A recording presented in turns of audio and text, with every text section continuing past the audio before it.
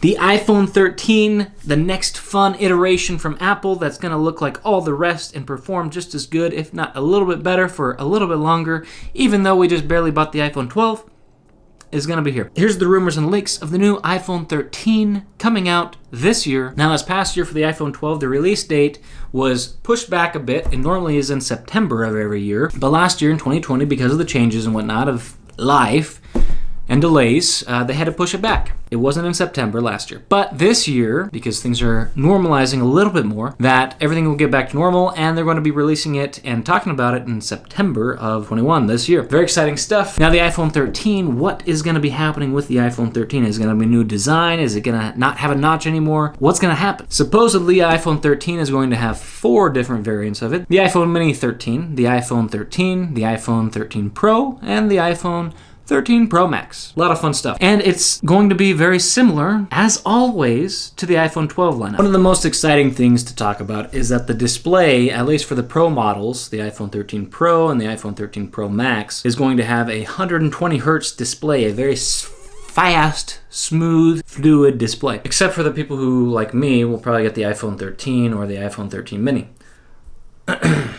Yeah. It's also a possibility, and kind of sad in my opinion, they might be getting rid of the Lightning port. They might not even have any port whatsoever.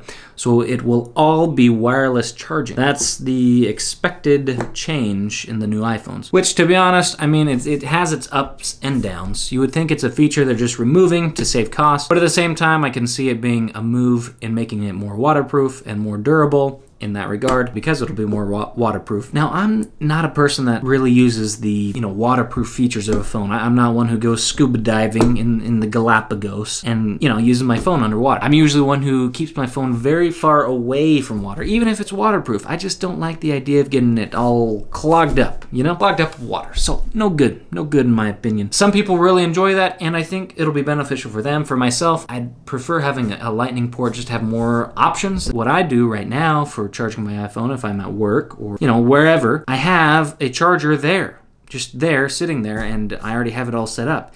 If it's only wireless charging, then I'm gonna have to go buy a wireless charger for each spot that I want to charge at.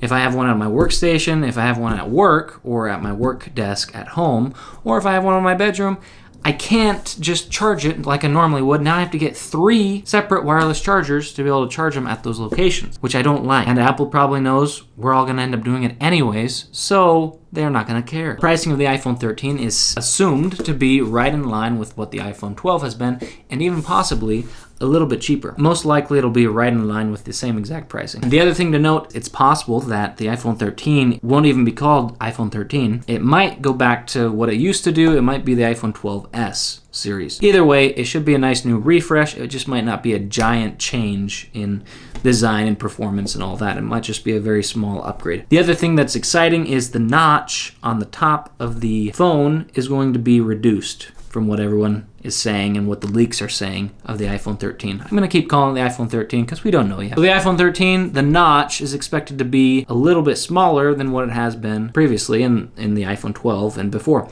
So that's nice because the notch has been a little bit daunting of a spot. They will come out with new technologies for the cameras, and the cameras will be slightly improved, just like every lineup that we've had of the iPhone. It's going to be slightly improved with better functionality and all of that fun stuff. Full thing that I have in mind that I'd really like them to update for the iPhone Mini series, because that's one thing that I enjoy the smaller phones. The battery life I don't like, so I don't switch to the smaller phones because the battery life really has issues. If they fix the battery life, if they got it up just a bit so a full day is easily achievable, I would definitely go with the iPhone Mini series. The iPhone Mini 13, if the battery is up to par, that's the one for me. Now, there's been talks about hints of rumored updated batteries and whatnot in future lineups. I just don't think it's going to be the iPhone 13. I think it's still a few years off, unfortunately, but that's how things go. So those are the latest leaks and rumors of the iPhone 13. Thanks for coming by. See you in the next one. Later.